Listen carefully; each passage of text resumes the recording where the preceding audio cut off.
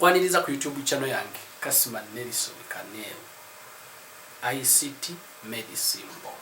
Olwaleero tugenda kulaba engeri gy'osobola okulitachingamu olususu mu Photoshop.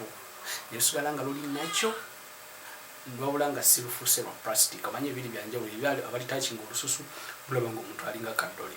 Neffe tugenda kuyiga engeri gy'olitaching ne luba nga luli nakyo wabula nga si lwa plastic. Teweerabira okusubscribinga wansi awo. Hit the notification uleme kusubwa byakabi. Wanooka ICT Medicine tutorials mu Luganda katugende mu software ya Retouch. Olwaleero tugenda kubanga tuyiga ku ngeri gy'olitachingamu olususu ne luva ne tudileka ne tulufuula nakyo nga character waffe obanga model waffe tetumufudde plastic. Yes, waliwo abamu balitachinga olususu nosingana nga olususu lw'omuntu lufuuse plastic. Neffe tugenda kulaba engeri gyetusobola odulitachinga ate ne tulileka nga luli nakyo nga details osobola okuziraba. Yes, kino nga tonnakikola olina okukakasa nti ekifaananyi ky'olina kirina pixels like it is over higher pixel. Bekirina okuba nga kya resolution ya waggulu nnyo. Like kyengezaako okutegeeza by resolution ntegeeza nti ng'osobola okulaba details z'olususu. Resolution oba clarity y'ekifaananyi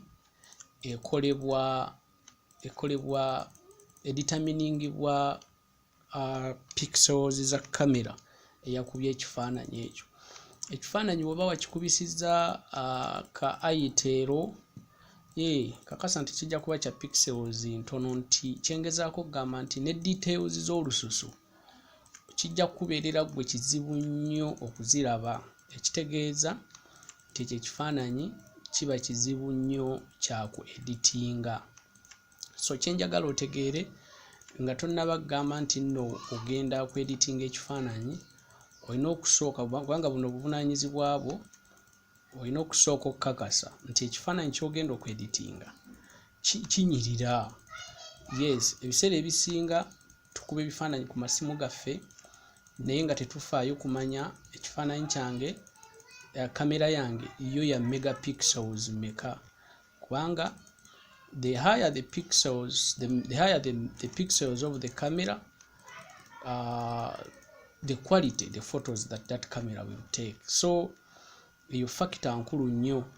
Olina okukakasa nti ekifaananyi kyo wakikubisiza kamera nnungi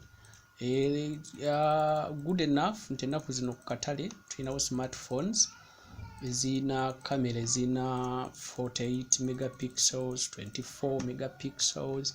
Naye naawe owa 13 naawe tokola ki? Tokaaba, naawe oli bulungi. Ekifaananyi kino olina okulaba kapasite yaakyo. Bw'oba okuba ekifaananyi kyo nga kiri mu kebbi, bw'eba nga kamera yo ekuba ekifaananyi nga kiri mu kebbi, kijja kubeera kizibu okulaba details z'olususu luno nga bw'oziraba wano. Yes, kino ekifaananyi kyakubibwa kamera. Yes, kino ekifaananyi kyakubibwa kamera. Bw'oba oyagala okigerezaako nja kuteeka download link wansi awo mu description. Osobola kidownloadinga n'okigerezaako ayiga. Kiba kikulu nnyo n'oyigira ku kifaananyi kyennyini kyenkozesezza olabe wa obukugu bwe we butuuse.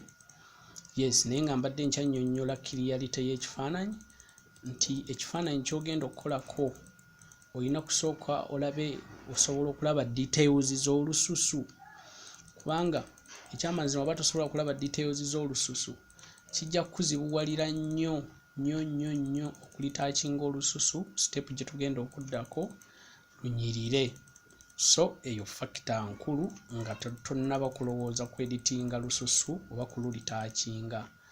Ate mmwe mwenna abakuba ebifaananyi njagala okimanye nti kisingako okuba ekifaananyi ekinyirira than okulowooza nti n'ekifaananyi ojja kyeditingira mu Photoshop, kubanga situganye newankubadde Photoshop baamukola nti nno wakweditinga bifaananyi, naye gwe teebereza singa obeera wakubye omukolo nga wakubye ebifaananyi 7, ebimu nga biri overexposed, ebirala biri underexposed, golowooza ogenda kutwala essaawa mmeka kweditinga ebifaananyi ebyo ebifu, naye era nevertheless newankubadde wakuba ebifaananyi birungi, kitugenda okukola sometimes kikola nnyo ku portraits. Ekifaananyi kiba kyadde kinyirira kitya, kisaanamu kwakadde n'okiritaakingamu ate n'okiwa feel ennungi, yes, naye nga kiba kikulu n'okikuba lumu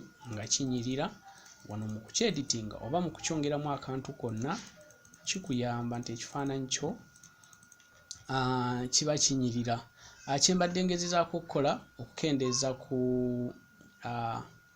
okukendeeza ku mbalabe kiraya waffe z'abadde alina oba moddo waffe z'abadde alina, gezaako zikendeezaako akatonotono kubanga oba oli awo strandeters zintafiyalinge ziyitemu nnyo. Kimanyi lesoni ya leero si yakujja mu mbalabe, ekyo oba oli awo tunakikola olulala, naye nga mbadde nkendeeza ku mbalabe okukakasa nti si mpitirivu okutulemesa okukola bulungi ekifaananyi kyaffe. Yes, butereevu. Kati kyetugenda okukola, ngenda kulaba nga nditaakinga olususu luno, then olususu bwe mba ngenda kululitaakinga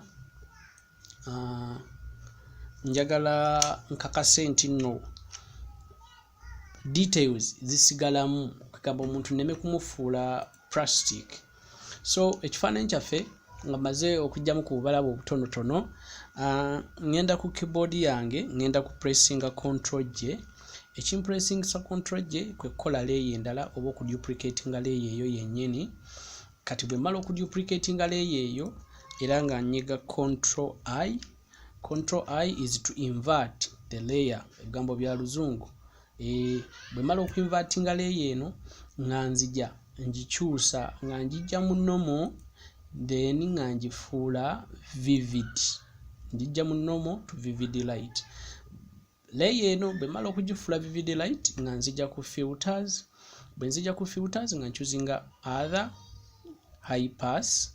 Mmala okuchuzinga high pass, wano quality y'ekifaananyi kyaffe wejjira in picture. Wano njagala okulaba bwe naaba wano radius editamingibwa quality yo. Tojongeza nnyo okulaba nga ku text tutuuka okulaba obuntu obwa red buno because kijja kuba kitu affectinga gye bujja. So olina okunoonya eri moderate okusinziira ku resolution y'ekifaananyi kyo. Yes, nogamba nti tugeze ngaawo. Okay, ngamba okay. Bwe mmala oku applyinga high pass, then nga nzija ku blur na applyinga Gaussian blur. Now Gaussian blur wano yereeta trick ey'olususu lwaffe. So ndowooza olaba ku 2.5 radius Gaussian blur, I can still see the details. Osobola okugyongeza, osobola ogikendeeza. Kati abakola plastic bagikendeeza almost nejjira ddala plastic. Ayinza obutawenda tukola wano abamu ba plugins ze bayita plugins. Osobola okuinstalinga plugins nga ebintu byekola automatic, naye nga bwe ngambye tuba twetaaga okufefe nnyini okweritaakingira ekifaananyi kyaffe ate ne tukisigaza nga tusobola okulaba details z'olususu. So ngenda kukireka awo for now, ngambe okay, that is fine. Nkole applying. Bwe mmala oku applyinga ngenda kujja nkole kye bayita, ngenda ku addinga layer mask. Oku addinga layer mask nyiga once out ku keyboard yange. Bwe mmala okunyiga out nga nklickinga ku add a layer mask, then ndowooza olaba ekifaananyi kyaffe before, then oku applyinga ziri zonna settings zenkoze nja kujja ndeete blush because neetaaga blush okuzibrashingako. Nja kupressinga B ku keyboard yange okuleeta brush, then brackets zino zirinaanye P okwongeza brush size. Njagala olabe wano singa the white is on, singa white ebeera wansi which is the X oku outerlinga, ojja kwesiŋŋaana nti byokola because if the black is up, for example singa brushinga then embreta black oba oli undoing. So olina okakasa nti white color yeri ku top. So katugende maaso, I've choose brush type zibeerawo wano. You choose, nze choosing zeri smooth, nsobola okubrushing ekifaananyi kyange. Nja kuzoominga in, that is out and scroll. Ntandika okubrushinga okubrushinga ziri zonna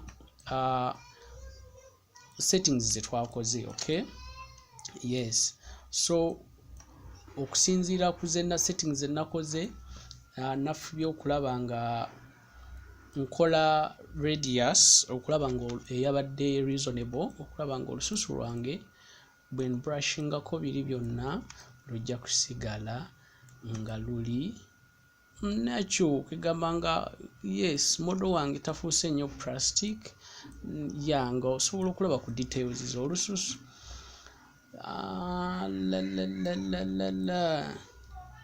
Ayina ekibuuzo kyonna osobola okiteekawo wansi awo mu description, mu comment section. Yes, osobola okiteekawo mu comment. Tulinayo n'ekifaananyi kyaki tugenda okukolako. Yes, tulina ekifaananyi kitugenda okukolako ekirala mu bwangu. Yes, kansubire nti ndi thorough. Model wange azze mpola. So tugenda kulaba before and after okwapplyingako bino. Ni wano wansi nja kendeeza ku opacity katono, that is the opacity, kubanga sagala bulago ate buyiteko nnyo. Nkendeeze ne ku opacity. Just the do's and don't, olina okukakasa nti tobrushinga tobrushinga ku bisige, tobrushinga ku eyeballs, then tobrushinga ku mannyo. Bwengamba bino birina okusigaza ne details eyabyo.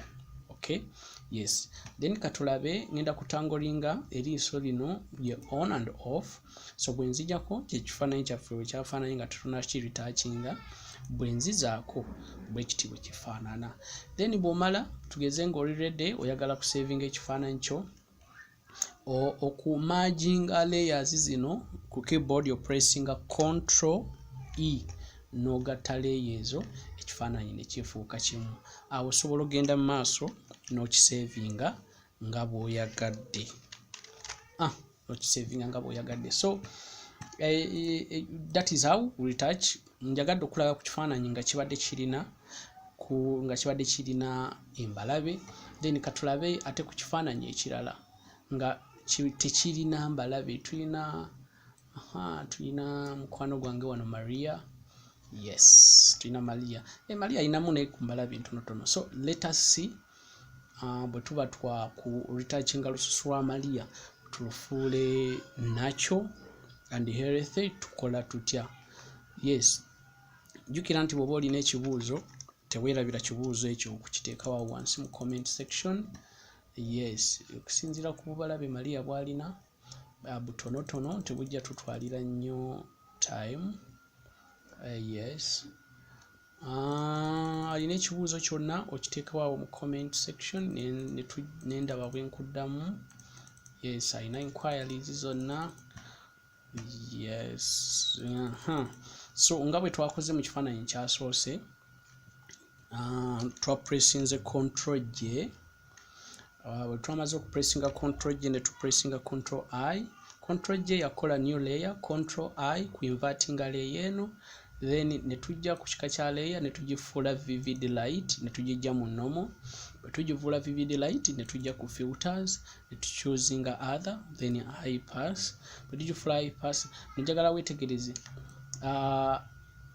waliwo enjawulo because they are the same set radius gye twakozesa ku kifaananyi. So ndowooza otandise okufuna idea nti resolution y'ekifaananyi kyo ye determining ngeri gy'ogenda okwasaganyamu. So nkendeezezaako katono ne ngamba okay, kangende ndeete blur, Gaussian blur, then bwe mmala okuleeta Gaussian blur ndowooza otandise okulaba nti ekintu kyaffe kijja.